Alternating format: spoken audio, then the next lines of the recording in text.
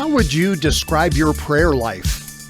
Now, that may be a very hard question to answer, but this week on Wonderfully Weird Living with Pastor Drake, perhaps you'll gain some insight that will help you to see it more clearly. Drake Hunter is senior pastor at Elevating Life Church in Fort Morgan, Colorado, founder of the nonprofit 4Dimensional Living, as well as the author of 3 books, including his latest, Wonderfully Weird, and the upcoming Wonderfully Weird Goodness. Now, this week's edition of Wonderfully Weird Living with Pastor Drake Hunter. We do welcome you back once again to Wonderfully Weird Living with Pastor Drake. I'm your host, John Waters, and of course, here with me this morning, my good friend, Pastor Drake. Hello. Hello, and good day. It's good to be with you.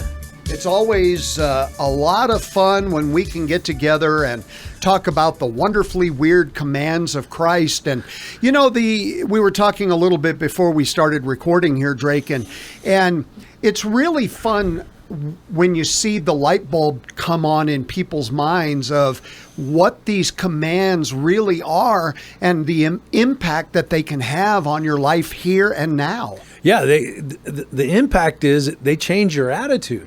They give you a belief, but then with that belief, then our attitude is transformed, as Paul talks about in Romans 12, and then we get to truly live out that attitude with God and others in a way of being an expression or that image of God that we've been designed in. And the wonderfully weird commands, I want that to be my attitude. I want to be wonderfully weird, and I want that to be the expression or the attitude of who I am, so I can pass that breath of God on to others so that we can truly be impactful. But more importantly, that goes along with this command that we're getting into today is be effective. To be effective and multiply that effectiveness so that we can truly really be the light of the world that lives in the delight of the Lord. And producing fruit all over the place like we see in Galatians 5. Absolutely. So much that, we people are just saying enough is enough, right? I don't know if that's possible, but wouldn't that be awesome? Well, this week, the wonderfully weird command is be a house of prayer. This comes out of Matthew chapter 21. We're going to look at verse 13 to begin here today, Matthew 21:13. And so, Drake, as folks are getting there in their Bibles or on their electronic device or however they do it, what is our question to light the candle today? Pretty simple question today. Do you sense your prayer life lines up with God's values, or are they just the opposite of His beliefs and or attitude? Pretty straightforward question, but pretty deep as well, because we've got to make sure our prayer life does not line up with our selfish, let's say, causes or purposes, yada, yada, yada. But we have to make sure we're praying in a way that's going to align God's values and those beliefs to give us the attitude of God. So once again, we can reflect the image of God. You use that word attitude, and I have a feeling that's going to come up here in a little while. Yes, it is. And it's on my mind because it's huge. If our attitude is not lined up with God, we'll say Jesus. If we're not thinking and acting and producing what Jesus is producing in the sense of that attitude, the breath of God, we're missing the mark, as Paul shares. Well, I'm going to read the verse here, Drake, and then I have a question for you. So it's Matthew 21, verse 13, and it says, He said to them, he being Jesus, of course, and this is in the temple when he has just turned over tables and all that. He says, It is written, My house shall be called a house of prayer, but you make it a den of robbers. So my question, after we've read that and what you've said so far, what is this command really then all about when Jesus is saying, my house shall be called a house of prayer, but you make it a den of robbers? Right. If you really lean into this, can I say this? It's about attitude. You have a good attitude, which is Jesus, but then we have bad attitude that then makes the house, the temple, a den of robbers. And if our attitude is not proper in who we are in the temple of who we are robbing God. We're now making a den of robbers. And I want to say this, robbers being our own beliefs. We rob God by putting our own beliefs in place and or our own intentions, purposes, and causes and all that. And what happens is we are exactly what this passage where you're bringing this from, what it's all about. Now, this command is about being, let's say, a unit or a house of God. Personally, and we can say collectively. Because first and foremost, we got to take care of our own house. But then when we connect with others, as it shares in the Great Commandment, then we become one house collectively. And we are to persuade others to live a life worth living with God's beliefs or attitudes. We should never, ever be putting our own beliefs or attitudes or whatever that may be, our own values in place or over God. Because if we do, again, we are robbing God. So we're robbing God of his rightful place on the throne of our lives. Absolutely. And we see this in the temple, don't we? This is the reason Jesus, who is so, he's a craftsman. Is that the right word? Craftsman. Craftsman, thank you. And so with that, he comes in and he's using emotions. Now, he's not out of control by no means, as we see the world. John, people use this particular, let's say, verse to justify their anger. Right. No, please do not do that. Jesus is using his anger, if you will, as an artist, where he's going to go in and he's going to paint the picture of what a true life looks like or attitude looks like when it comes to people who are leaning into the purpose of God and really wants the best for everyone. Absolutely. Well, you used the word persuasiveness earlier. Talk about that a little bit, what you mean and how that fits into this picture.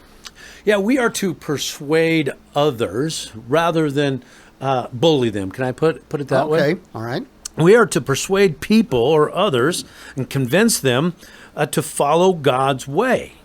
That's our responsibility as Christians, as Christ followers, because of how his ways work in our lives. You see, we're so excited. We're leaning into this because Jesus's ways changed our life, changed our attitude.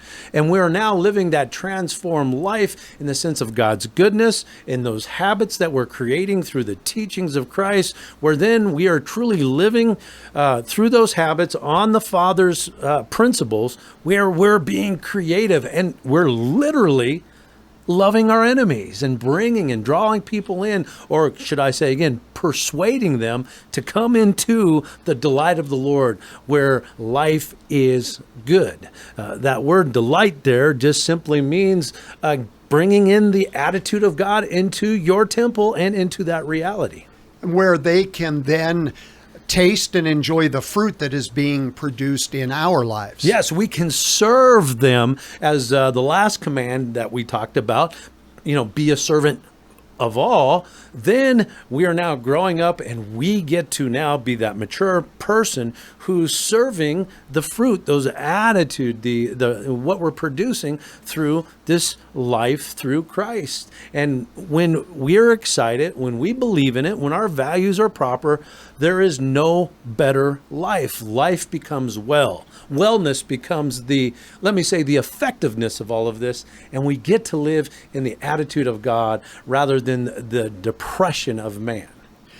And the selfishness. Selfishness as well. Yeah, Yes. so, and that really, I guess when we talk about from the passage, robbers, a house of robbers, a den of robbers, that's really what we're talking about is just being selfish.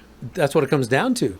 And selfish in our attitudes. I got to come back to that, John, because I don't think we think that is the breath of God or is not the breath of God, because we are to deliver the breath of God to others. Now, we take the breath of God, but then we allow it to then go in the opposite direction to feed others so that they can truly be produced, can be fed through that produce that comes from the proper attitude or the fruits of the Spirit, if you will. And so we have that attitude of rather than persuading in God's purposes and his ways, of selling our own selfishness to others. Yes. And it's so important to understand this, folks. We need to allow Jesus, just like in this passage that we're using today, we have to allow Jesus to cleanse our temple. And many Christians, their beliefs and attitudes need to be overturned to become, once again, persuaders of God's ways rather than discouragers of the faith. Now, we read this in Matthew 21:12, which is the next verse that, from the one you read, John. And it just simply says, and Jesus entered the temple, that's you folks, and drove out all who sold and bought in the temple. And he overturned the tables of the money changers and the seats of those who sold pigeons. Again, they had their own causes, they had their own calling, they had their own purpose. We have to understand the delight of the Lord. Psalms 37:4 comes to mind here. Delight yourself in the Lord, he'll give you the desires of your heart. Well, we have to make sure that those desires line up with God's values, because those are his beliefs are our desires. And once those have been properly set in place, we're no longer living out our selfish desires, but the desires of God. In Psalms 37:4 is very clear that then we have to overturn some of this, cleanse our house so that we can get the desires of God into our mind, into our heart, that then we're growing and developing in those habits that come with the teachings and all that then we get to in turn deliver the fruit of God as a mature person. But again, how many of us are motivated by money? Right. Oh my goodness, we can go right or through power or prestige yes, or stuff, or even animals. Many Christians have a deeper relationship with their pigeons or with, and I'm not saying anything's wrong, but in priority, it's completely upside down. God said to be with others, with human beings, and we are not to isolate ourselves and create our own little value system when it comes to all of that and the relationships we have. It's very clear in the Great Commandment we are to live with God and others and live in the reality of God's goodness and the delight of what that is. And if not, we've got to make some adjustments because our value system is not aligning with God's. It's clear, and I'm straightforward here, but because I believe our generation in the day and age we live in, they want that straightforwardness. Now, with care. Of course, we love you and we need care. But we need to start preaching and teaching in a more dogmatic style with love, that we are truly going to really, really persuade people in a way that's going to be impactful for not just them, but for the faith, the church in our day and age. When I had a conversation with someone a few days ago, going back to fruit of the Spirit, and the thing I said to them was, what most people don't realize is you produce fruit regardless. Yes, that's but right. The question is, are you producing the good, luscious, delicious fruit of the Spirit, or are you producing the nasty, rotten, worm-filled fruit of your own ways? Yeah, is it healthy fruit or toxic fruit? Yes, I mean that's we have to ask that question. And without a shadow of a doubt, when we go into an experience or somebody experiences you, are you making, let's helping that experience become more healthy, or is it toxic with your attitude? And it's amazing how many Christians walk into a circumstance or an experience or whatever that might be, and they poison it with their attitudes. We have a responsibility, folks, that we are to deliver the attitude of God and then persuade people in a way that's going to lead them to the promised land, if I can put it that way, or I should say the delight of the Lord. I have one more thought on that track. Absolutely. When we're producing the fruit of the Spirit, we offer that to other people. When we're producing the rotten fruit of our own ways, we force that on people. Absolutely. Bully, right? The word is being contrite, if you will. And I tell you what, that is not our responsibility. Our responsibility is to persuade people, first and foremost, that the fruit is good through truth, through reality of God, if you will. And then once that is in place, then you offer the fruit with permission. And then, of course, they take a bite of it. And it is always delicious. Can I put it that way? Absolutely. Delicious. Absolutely. In the experience of who you are and with others, where you truly get to be satisfied and be pleased with life. You know, John, I think that's another issue. So many people believe that in the day or place we live, pleasure is a sin. I'll tell you what, you eat the true ripe fruit of God, there's nothing more pleasurable. Right. And we have to understand that that's goodness, and it's through that gives us the experience. And of course, I think experiencing God through some of the teachings I've had in the past, it is so true. When you experience God, it is so pleasing, and it's just refreshing, and it's the way to live. How else do you want to live? Right. So, well, I think you have done a good job of setting up what the problem is here, the wrong beliefs and the bad attitudes that are so pervasive. So let's get on the other side of that and talk about, first of all, what those look like, the symptoms, if you will, and then what we can do about it.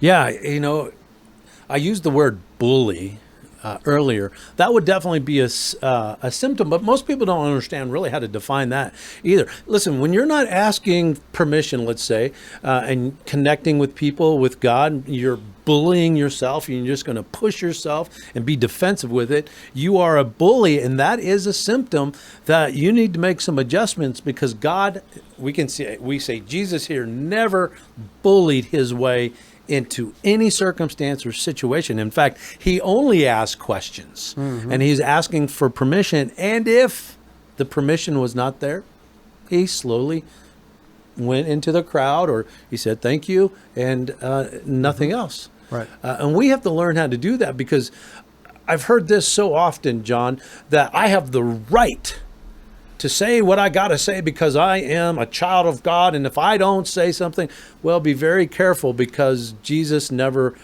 persuaded that way. That, in fact, that's just the opposite. It is truly being aggressive, hostile, and contentiousness is the word I'm looking for here. And those are all symptoms of a person who truly needs to evaluate their belief system, their values, and perhaps even overturn some of them so that they can get themselves aligned in their own makeup, in their own house, and they need to pray in that direction so that they then can be a house of prayer. That also points to how dangerous it is to take Scripture out of context, because to go along with that, what they say is, well, Jesus said, you will know the truth and the truth will set you free, so I have the right to tell you the truth. Yes. What they're missing is the love.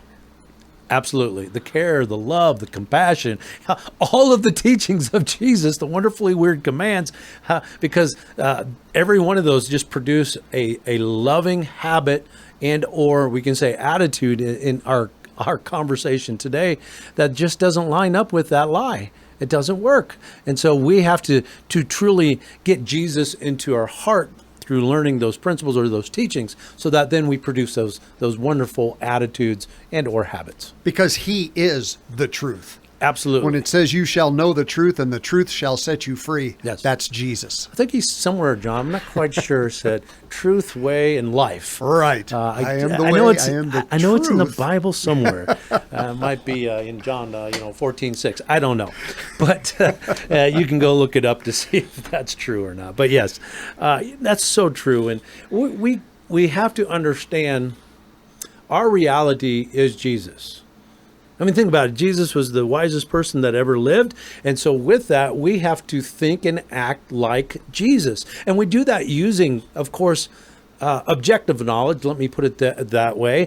We use our experience, circumstances, and all that God has given us so that we can put those two together, and that we then can gain understanding of what that true love is, in the sense of what you were sharing earlier, John, where then we can be caring, but at the same time, we can be straightforward with the reality of Jesus. And then we can truly set up the boundaries for the commonality of our faith. I'll call it common sense in the faith. And then that gives us insight that then we get to hold on to And then when the time comes and you ask for permission and people are needing that, you can then serve that fruit or that insight to those people to help them truly, truly become more like Jesus themselves, where we can collectively come together like-minded, where we're truly, again, living in the attitude or that delight of the Lord that is guaranteed a wonderfully weird life, as we put it here. And it is. It is wonderful. We're not to wait for that to happen. We are to be that. Be a house of prayer. And it's important to realize that so that then we can truly have our dignity, we have our identity, along with our purpose, so that then we are that image of God that people so desperately need in our world today. And what a, John, thinking about that, what a privilege and honor it is to be standing in that holy place. And we need to realize that. And part of that is, of course, always being in prayer, constantly being in prayers, as Paul shares with us, where we're constantly practicing those secret disciplines that develops faith rather than unbelief. Going back to one of the commands of Christ that oftentimes we miss, because when we miss that particular command, that means practice your secret disciplines, practice the things you think so that you will produce, and pray constantly so that you can have a mature faith and be, again, impactful both in your life and in other lives.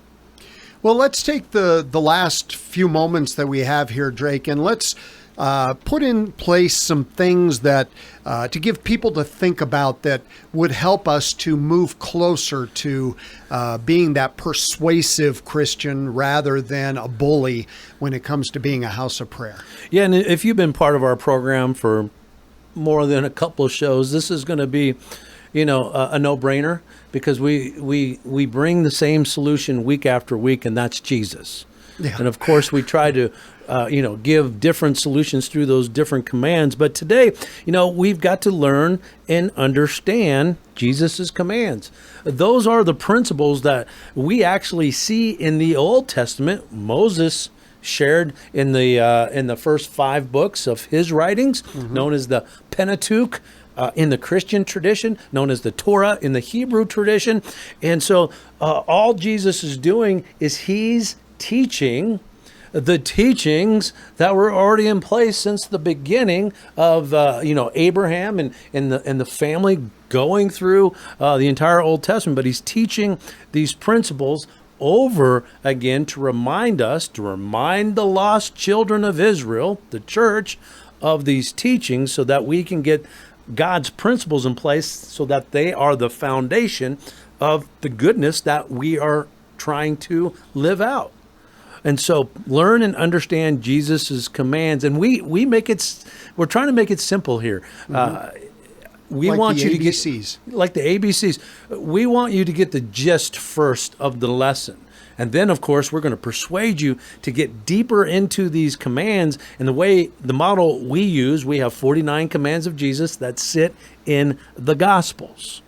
And we use trigger words, if I can put it that way. Like today is be a house of prayer. That's just a trigger to get you to, Matthew 21 and really lean into those teachings. And then understand your Bible, getting to the different areas. You're going to go deeper with that. But in our purpose here, what we're trying to do is we're trying to get the gist in place to encourage you, to persuade you, to get you to that place of a deeper relationship with God and his goodness. So again, the solution is learn and understand Jesus's command, his principles, and believe those commands will transform your bad attitudes or those bad habits into good ones. And you have to practice. You've got to believe and you've got to practice. Action, action, action, because that is exactly what's going to build the character of who you are, or the character of Jesus in who you are. And you ought to be praying constantly for those habits to form on the goodness or on those principles of God the Father. Now, by doing this, allows Jesus to come into your house spiritually, I'm going to say practically as well, because your attitude is then part of the practical reality, and allows Jesus to come in and then overturn your value system to cleanse your beliefs, your attitudes towards the goodness of life, where you're building your house and you're truly being impactful in this life. Yeah. It's interesting as we work our way through these commands of Christ. None of them really, when you look at them, are difficult, except in our own minds of, am I willing to give up myself, deny myself, That's right. and take up my cross and live by his principles, even though I know that they are the best and I'm going to be blessed and I'm going to have a great life because of it. It's still hard because I want to hang on to myself. Yeah. And be determined in it. I think, deny yourself. That habit is determination. Be determined to truly allow God's belief system, his values, to overturn your table, so that then you can truly, truly live out a good life. And that's the hard part, is because do we really want to release those beliefs? Do we want the value system to be flipped upside down? How many Christians need, rather than to live life and then be responsible, then give, need to flip that around, and they need to learn to give first, then be responsible, then live life. You see, most people don't want to do that because that's what makes it hard. Well, that's only hard because you don't truly believe that process that God put in place is the recipe for abundant living or goodness. So what we do is we never trust God fully, and then we fail to truly put that new value system in, because we don't want to bear that cross.